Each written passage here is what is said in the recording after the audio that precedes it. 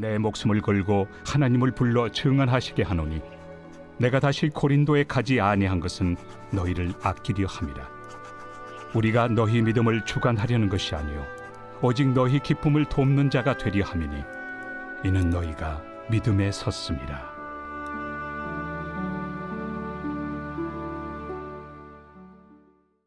제2장. 내가 다시는 너희에게 근심 중에 나아가지 아니하기로 스스로 결심하였노니 내가 너희를 근심하게 한다면 내가 근심하게 한 자밖에 나를 기쁘게 할 자가 누구냐. 내가 이같이 쓴 것은 내가 갈 때 마땅히 나를 기쁘게 할 자로부터 도리어 근심을 얻을까 염려하며 또 너희 모두에 대한 나의 기쁨이 너희 모두의 기쁨인 줄 확신함이로라. 내가 마음에 큰 눌림과 걱정이 있어 많은 눈물로 너희에게 썼노니 이는 너희로 근심하게 하려 한 것이 아니요 오직 내가 너희를 향하여 넘치는 사랑이 있음을 너희로 알게 하려 함이라. 근심하게 한 자가 있었을지라도 나를 근심하게 한 것이 아니요 어느 정도 너희 모두를 근심하게 한 것이니 어느 정도라 함은 내가 너무 지나치게 말하지 아니하려 함이라. 이러한 사람은 많은 사람에게서 벌받는 것이 마땅하도다. 그런즉 너희는 차라리 그를 용서하고 위로할 것이니 그가 너무 많은 근심에 잠길까 두려워하노라. 그러므로 너희를 권하노니 사랑을 그들에게 나타내라. 너희가 범사에 순종하는지 그 증거를 알고자 하여 내가 이것을 너희에게 썼노라. 너희가 무슨 일에든지 누구를 용서하면 나도 그리하고 내가 만일 용서한 일이 있으면 용서한 그것은 너희를 위하여 그리스도 앞에서 한 것이니 이는 우리로 사탄에게 속지 않게 하려 함이라. 우리는 그 계책을 알지 못하는 바가 아니로라. 내가 그리스도의 복음을 위하여 드로아에 이름에 주 안에서 문이 내게 열렸으되 내가 내 형제 디도를 만나지 못하므로 내 심령이 편하지 못하여 그들을 작별하고 마게도냐로 갔노라. 항상 우리를 그리스도 안에서 이기게 하시고 우리로 말미암아 각처에서 그리스도를 아는 냄새를 나타내시는 하나님께 감사하노라. 우리는 구원받는 자들에게나 망하는 자들에게나 하나님 앞에서 그리스도의 향기니 이 사람에게는 사망으로부터 사망에 이르는 냄새요 저 사람에게는 생명으로부터 생명에 이르는 냄새라. 누가 이 일을 감당하리요? 우리는 수많은 사람들처럼 하나님의 말씀을 혼잡하게 하지 아니하고 곧 순전함으로 하나님께 받은 것 같이 하나님 앞에서와 그리스도 안에서 말하노라. 안녕하세요. 큰스가족 여러분, 매일 말씀의 김여찬입니다. 오늘 본문은 고린도 후서 1장 23절부터 2장으로 넘어가서 17절까지입니다. 여러분, 고린도 후서의 간단한 개관에 대해서 어제 말씀을 드렸습니다. 여러분, 고린도 교회는 바울이 매우 사랑했던 교회였죠. 여러분, 그렇지만 이 고린도 전서 이후에 고린도 교회 성도들이 바울에게 있어서 매우 뭐라고 할까요? 반역이라고 할까요? 그렇게 바울에 대해서 중상모략을 하고 또 고린도 교회 안에서 바울에게 적대적인 사람들이 일어나기 시작하면서 바울이 사기꾼이다 혹은 바울이 우리에게 돈을 이렇게 등쳐먹는다 이런 식으로 해서 많은 소문들이 있었더랬습니다. 여러분, 그러한 얘기를 듣고 바울이 쓴 편지가 이 고린도 후서였습니다. 여러분, 실제로 고린도 후서는요, 고린도 교회에게 바울이 썼던 편지들 중에 총 4개의 편지 중에 3번째 편지입니다. 그러니까 고린도 전서는 첫 번째 쓴 편지고 두 번째 쓴 편지는 지금 우리가 알 수 없고 세 번째 쓴 편지가 지금 우리가 읽고 있는 고린도 후서고 네 번째 쓴 편지 역시 알 수가 없습니다. 여러분, 그런데 이 두 번째 편지에 대한 힌트가 오늘 나오는 부분이기도 하죠. 자, 23절에 보면은 내가 목숨을 걸고 하나님을 불러 증언하게 하시게 하노니 이렇게 나와 있습니다. 여러분, 무슨 얘기가 있냐면 여러분, 바울이 고린도 교회에게 가지 않기로 결정했다라고 하는 계획의 변경에 대해서 어제 얘기가 나왔습니다. 여러분, 바울이 고린도 교회에게 가지 않으려고 했던 이유에 대해서 오늘 설명을 하는데요. 이 고린도 교회 안에서는 바울이 우리를 버렸다. 오늘 바울은 이 신뢰하면 안 되는 사역자다. 이런 식으로 해서 이런 바울에 대한 잘못된 소문들이 일어나기 시작했던 것으로 보입니다. 여러분, 그런데 그 잘못된 소문들에 대해서 23절에 얘기를 하는 거예요. 내가 내 목숨을 걸고 불러 증언하게 하시게 하노니 하나님이 증언하게 한다. 주 하나님이 증인이다 라고 하면서 내가 고린도 교회에 가지 않은 것은 너희를 아끼기 때문이다 라고 말했습니다. 우리가 24절에 너희 믿음을 주관하는 것이 아니요 너희의 기쁨을 돕는 자가 되려 함이니 이는 너희가 믿음에 서 있다. 여러분, 바울의 어떤 고린도 교회를 향한 편지를 보면서 우리는 복음을 맡은 자, 사역을 하는 자, 영혼을 섬기는 자에 있어서 매우 중요한 뭐라고 할까요? 자격과 자질에 대해서 보게 됩니다. 여러분, 우리는 사람들의 믿음을 주관하면 안 됩니다. 믿음을 주관한다라는 것은 믿음을 지배한다라는 것이죠. 믿음을 지배하는 것은 무엇이겠습니까? 자기에게 모두가 맞추는 조종이죠. 여러분, 바울은 고린도 교회를 목회하면서 단 한 번도 그 고린도 교회 성도들에게 자기가 그 사람들을 고린도 교회를 조종한다고 느끼지 않게 하도록 했습니다. 왜냐하면 오직 너희를 기쁨을 돕는 자가 되려 했기 때문입니다. 복음을 누리고 하나님을 누리고 자기 말만 듣고 자기 중심으로만 신앙생활을 하는 것이 아니라 복음에서 오는 기쁨을 누리는 것이 바울이 고린도 교회에게 더 전달하라고 했던 것이죠. 왜냐하면 그들이 믿음 안에 이미 튼튼히 서 있었기 때문입니다. 자, 2장으로 넘어가면은 이런 얘기들이 나옵니다. 계속해서 아까 했던 이야기들이 진행이 됩니다. 1절에 보면 내가 다시는 너에게 근심 중에 나아가지 아니하기로 결심했다라고 했습니다. 왜냐하면 이스라엘 고린도 교회들 이 성도들이 바울의 코칭, 바울의 멘토링, 바울의 책망을 많이 받았습니다. 여러분, 이 당시에 바울이 이 고린도 교회에게 책망할 때 고린도 교회 성도들 안에 성령의 크신 찔림으로 인하여서 그들 가운데 큰 책망과 징계가 있었습니다. 여러분, 그래서 이 바울이 말하는 거예요. 내가 다시는 근심 중에 나아가지 않기로 결정했다. 그 말은 뭐냐면 이전에 한번 근심 중에 아픔을 줄 정도로 근심을 준다라는 것이 아픔을 준다라는 헬라어 뜻도 있거든요. 그래서 아픔을 주지, 이번에는 내가 너희가 잘못했지만 너희가 어떤 당을 짓고 고린도 전서에 나와 있는 문제랑 다르지만 그래도 계속적으로 이렇게 사고를 치는 것에 대해서 내가 이제 다시는 너희에게 근심 중에 나아가고 아픔을 주지 않기로 결정했다. 왜냐하면 이전에 보면은 내가 너희를 근심하게 한다면 내가 근심하게 한 자밖에 나를 기쁘게 할 자가 누구냐. 그러니까 내가 너희를 책망하고 아프게 한다 할지라도 결국에는 나를 기쁘게 해줄 너희, 나의 자녀, 복음으로 나온 자녀들이 너희를 아프게 하는 것이지 않겠냐라는 거예요. 그러면서 3절에 내가 이같이 쓴 것은 내가 갈 때 마땅히 나를 기쁘게 할 자 너희들로부터 도리어 근심을 얻을까 해서 내가 가지 않으려고 하는 것이다.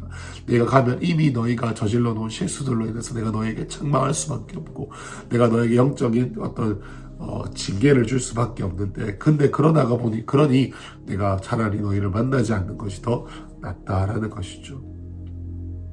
나를 기쁘게 할 그 사람들이 도리어 나에게 이 슬픔을 주는 그 일을 내가 보지 않으려고 하기 때문이었습니다.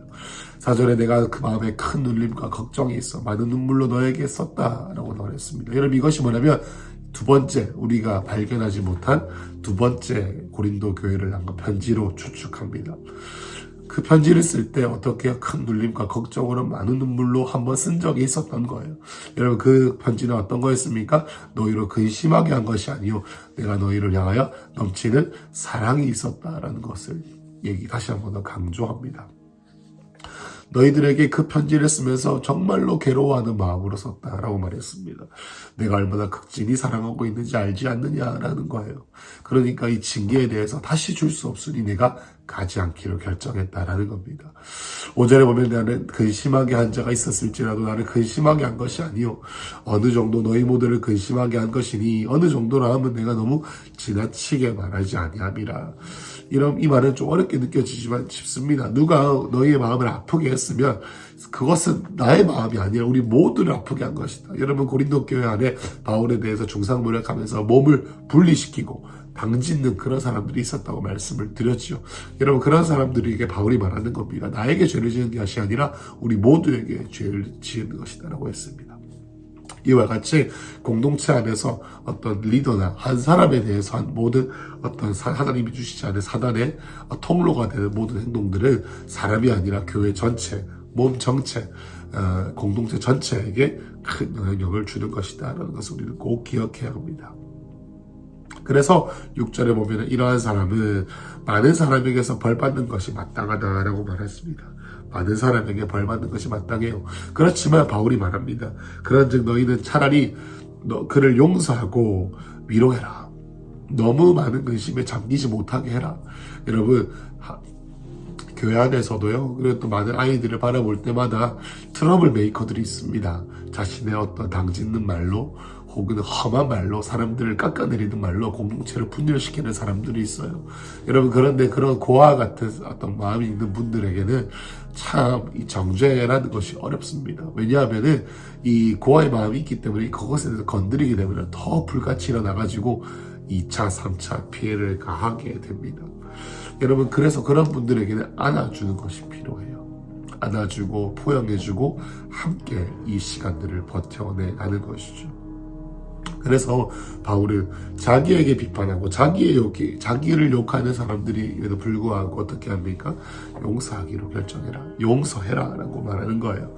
그러면서 8절에 고난원이 사랑을 그들에게 나타내라. 사랑을 그에게 드러내라 라는 것이죠. 9절에 너희가 범사에 순종하는지 그 증거를 알고자 하여 내가 이것을 너희에게 썼다. 여러분, 그래서 바울이 편지를 말하는 겁니다. 내가 그 편지, 2절에 그 두 번째 편지에 대해서 얘기하면서 내가 그 편지에 쓴 것을 너희가 내가 말한 것들에 대해서 순종하는 자가 있는지 알게 하기 위해서 썼다. 그러니 10절에 너희가 무슨 일이든지 누구를 용서하면 나도 용서할 것이고 내가 용서한 일이 있으면 너희를 위하여서 한 것이 아니라 그리스도 앞에서 한 것이니 우리 다 함께 그 사람, 그 분열한 사람을 용서하고 품어주자라고 바울이 도전하는 것입니다. 그 이유, 우리가 분열을 야기한 사람들을 품어야 되는 이유가 뭐죠? 11절입니다. 이는 우리로 사단에게 속지 않게 하려 함이죠. 우리는 그 계책을 알지 못하는 바가 아닙니다. 사탄의 속셈은 언제나 하나입니다. 관계를 깨트려가지고 그 가운데에서 이 오해와 분노와 분열을 만들고 그 안에서 서로를 향한 정죄하는 말들이 일어나고 그것을 통해서 공동체 가운데 죽이고 빼앗고 멸망시키는 문을 열어내는 것입니다. 여러분, 이것이 바로 사탄이죠. 사탄의 계략이죠. 그러니 바울이 에베소에서 말했던 것처럼 틈을 주면 안 된다라는 것입니다. 이게 바로 사탄의 속셈이니 오히려 비판하고 정죄하는 사람들, 공동체 분열을 야기하는 사람일수록 품어주고 사랑을 보여줘야 된다라고 말했습니다. 12절에 내가 그리스도의 복음을 위하여 그드로의 이름에 주 안에서 내게 문이 열렸으되, 여러분 12절부터는 바울의 상황에 대해서 설명을 하는데요. 여러분, 바울이 복음을 위하여 드로아에 가게 됩니다. 여러분, 드로아에 가게 돼서 우리가 아는 것처럼 데메드리오의 은장색을 은장하는 장인들과 함께 조우하게 되는 내용이 나오죠. 여러분, 그러면서 복음의 문이 열렸는데요. 그렇게 되면서 디도와 만나지 못했어요. 여러분, 이거에는 좀 비하인드 스토리가 있습니다. 여러분, 두 번째 편지에 대해서 얘기를 드렸습니다. 두 번째 편지는 디도를 통해서 바울이 고린도 교회에게 전달을 했어요. 그래서 디도가 바울과 함께 만나기로 했습니다. 그러니까 바울은 디도에게 이 두 번째 편지, 이 고린도 교회들을 책망하고 그들이 돌아오길 바라는 마음으로 썼던 그 눈물의 편지를 디도를 통해서 전달을 했어요. 그래서 디도에게 전달을 했다가 고린도 교회의 반응을 듣고 와서, 그 당시에는 카카오톡이나 영상통화가 없었으니까요. 그래가지고 돌아왔을 때에 디도와 만나기로 했는데, 드로아에서 바울의 사역이 좀 길어지고 하다 보니 디도를 만나지 못했습니다. 그래서 어떻게 해요? 작별하고 마게도냐로 가게 된 것입니다.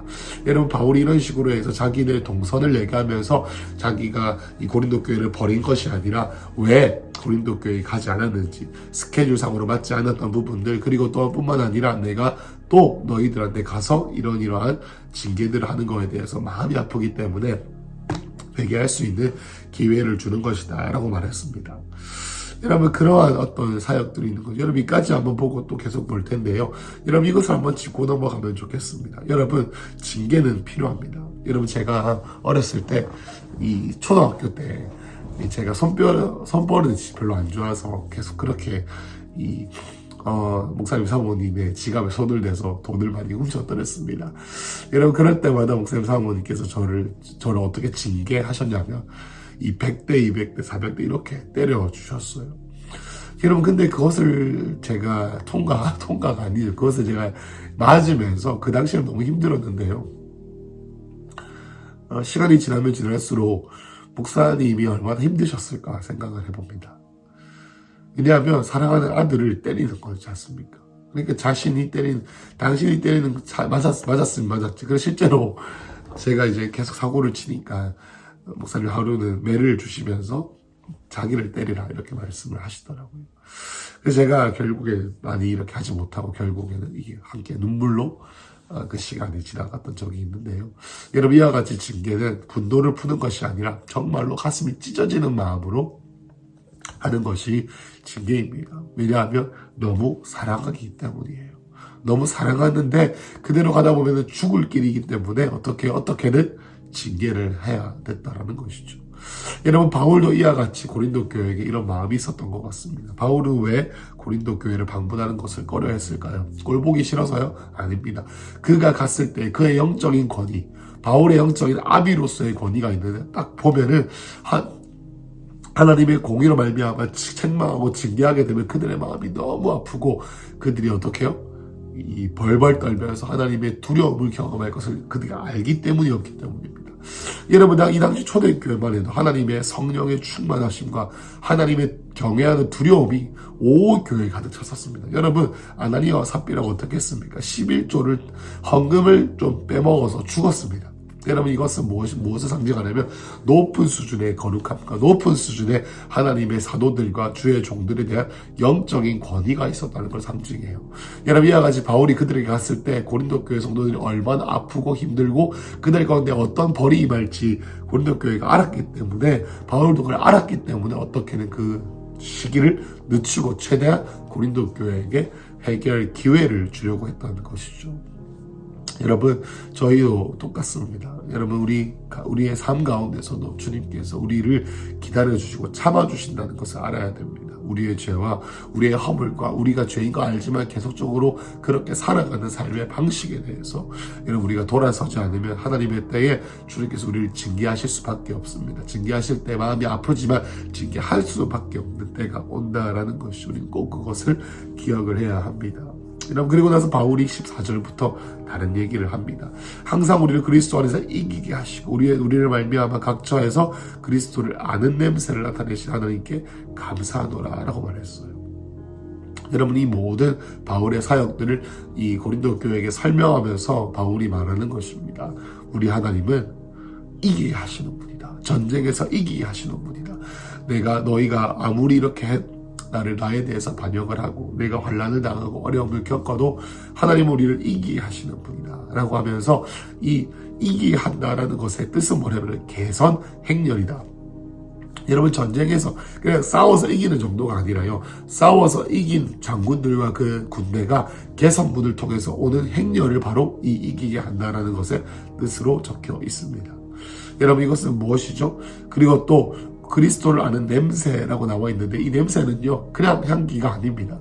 여러분, 시저나 그 당시에 로마 황제와 같은 자들이 전쟁에서 이기고 개선문을 통하여서 로마 시내로 들어올 때만 했던 것이 있습니다. 그것은 큰 행렬 가운데에 황제만 있을 수 있는 향수와 향을 피웠다고 해요. 여러분, 이것이 바로 냄새입니다. 무엇입니까? 예수 그리스도와 함께하는 자들에게는 예수 그리스도의 승리가 있고 그 승리의 냄새, 그 냄새를 맡기만 해도 무엇이에요? 예수 그리스도, 로마 황제가 이겼구나라는 냄새가 나는 것처럼 우리가 주님과 함께 동행하는 삶을 통하여 예수님의 냄새, 예수님이 이기는 냄새, 예수님의 사랑의 냄새, 나에 대해서 대적하고 나에게 또 핍박하는 자들이 있지만 그들에 대하여 사랑으로 대하는 그 냄새가 난다라는 것입니다. 왜냐하면 우리는 냄새인데 15절에 구원받는 자들이나 망하는 자들에게 하나님 앞에서 향기다 이렇게 말하면서 16절에 사망으로부터 사망에 이른 냄새고, 저 사람에게는 생명에로부터 생명에 이르는 냄새리고 누가 이것을 감당하겠냐라고 합니다. 여러분, 이 냄새, 예수 그리스도의 냄새는요, 구원을 맡은 자들에게는 향기로운 냄새고 아름다운 냄새이지만 하나님께 선택을 받지 않고 복음을 거부하기로 결정한 자들에게는 죽음에 이르는 냄새이다라는 것이죠. 그래서 17절로 마무리합니다. 우리는 수많은 사람들처럼 하나님의 말씀을 혼잡하게 하지 아니하고 순전함으로 하나님께 받은 것 같이 하나님 앞에서와 그리스도 안에서 말하노라. 여러분, 하나님의 말씀을 혼잡하게 한다라는 것을 세번역 성경에서는, 헬라어에서는 장사꾼과 같다라고 말합니다. 장사꾼. 여러분, 장사꾼과 같은 사람들이다라고 말합니다. 바울은 자신을, 그리고 또 함께하는 동력자들이 장사꾼처럼 사람들을 미혹하게 하고 사람들로부터, 여러분, 왜냐하면 이미 바울에 대한 잘못된 소문들 중에 바울이 장사꾼처럼 이 하나님의 교회 재산을 빼먹는 사람들이다, 나쁜 사람들이다 라고 하는 말들이 많았기 때문이에요. 여러분, 그러한 소문들에 대해서 바울이 말하는 겁니다. 나는 그런 사람이 아니다. 혼잡하게 하는 자가 아니라 장사꾼이 아니라 순전함으로 하나님께 받은 것을 정직하게 말하는 자다라고 말을 합니다. 여러분, 말씀을 한번 마무리하죠. 여러분, 바울이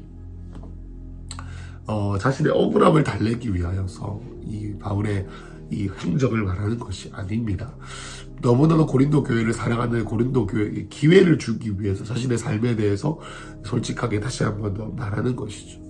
하나님이 앞에서 바울이 고린도 교회가 얼마나 잘못했는지 바울이 알기 때문에 그러한 것들을 경험하기 원하지 않는 것이죠. 그래서 바울은 고린도 교회에게 돌아오라 라는 마음으로 이 얘기를 한 것이고, 또 하나님의 징계가 그들에게 임할 것이기 때문에 그 때가 속히 오기 전에 그 고린도 교회가 돌아오길 바랬던 것입니다. 그렇습니다. 사랑하는 큰수 가족 여러분, 하나님의 진노의 때가 오기 전에 우리가 하나님께 돌아가야 합니다. 우리가 익숙했던 죄들을 내려놓아야 합니다. 분노와 혈기들을 내려놓아야 됩니다. 관계들 가운데 사탄의 속셈이다라고 나와 있죠. 사탄의 속셈에 갇혀있는 것으로부터 빠져나와야 합니다. 그래야만 하나님의 축복의 자리에 있을 수 있습니다. 그리고 또 바울이 고백했던 것처럼 자신의 삶 가운데 우겨싸임을 당하고 어려움을 겪고 있지만 결국 그 모든 것이 무엇이었습니까? 하나님의 복음을 쫓아가는 과정 가운데 이기게 하는 개선 행렬의 차기가 있다는 것을 영적으로 보는 것이죠. 여러분, 우리가 얼마나 어려운 길을 겪던지 간에 하나님께서 우리와 함께 하시고 주님의 그 개선 행렬에 우리가 있다는 것을 믿으시길 축복합니다. 그래서 믿음의 주에 온전케 하시는 예수님을 바라볼 수 있는 것이고, 또 우리가 그 개선 행렬에 있기에 우리가 우리의 능력으로 인함이 아니라 예수님과 함께하는 그 임재를 통하여 예수님을 알게 하는 냄새, 믿지 아니하는 자들에게는 사망의 냄새이지만 믿는 자들에게 생명의 이른 냄새인 바로 이 예수님의 임재, 예수님의 향기, 예수님의 예배할 때, 예수님을 숭배하고 예수님을 갈망할 때 우리의 삶 가운데 퍼져나오는 그러한 냄새들이 우리 가운데 있게 될 때, 이 17절 말씀처럼 순전함으로 장사꾼과 같이 현실적으로 이리저리 간에 붙었다 쓸개에 붙었다는 사람이 아니라 순전한 마음으로 하나님과 그리스도 안에서 말할 수 있는 그러한 사명자들이 되면 좋겠습니다. 여러분, 오늘 하루를 살 때에 우리 가운데 있었던 모든 관계의 문제들을 하나님께 회복을 구해 주시게, 회복을 일으켜 주시길 기도하고, 또 거기서 끝나는 것이 아니라 우리의 삶 가운데에서 하나님을 냄새, 예수 그리스도라는 냄새, 내 삶 가운데 예수님을 따라가는 과정 가운데 주님을 사랑하는 그 냄새가 회복되기를 갈망하는 마음으로 오늘 하루를 보내실 때 주님의 놀라우신 역사와 주님의 갈망과 주님의 뜻이, 주님의 기쁨이 임하시는 하루 되시기를 축복합니다. 기도하겠습니다. 하나님, 바울처럼 사방이 우겨싸임을 당하고 상황이 어렵다 할지라도 우리를 거기서 세우신, 사명을 주신 예수님을 따라, 그리고 그 개선 행렬에 우리가 있다는 것을 알아, 하나님과 함께 동행하고 있다는 것을 알아, 그 향기에 취하고 그 향기를 전하고 그 향기를 따라가며 사탄의 속셈에 빠지지 않는 우리 하루 될 수 있도록 도와주시옵소서. 성령님, 오늘 우리의 삶을 인도해 주실 줄로 믿사옵고 예수님 이름으로 기도했습니다. 아멘.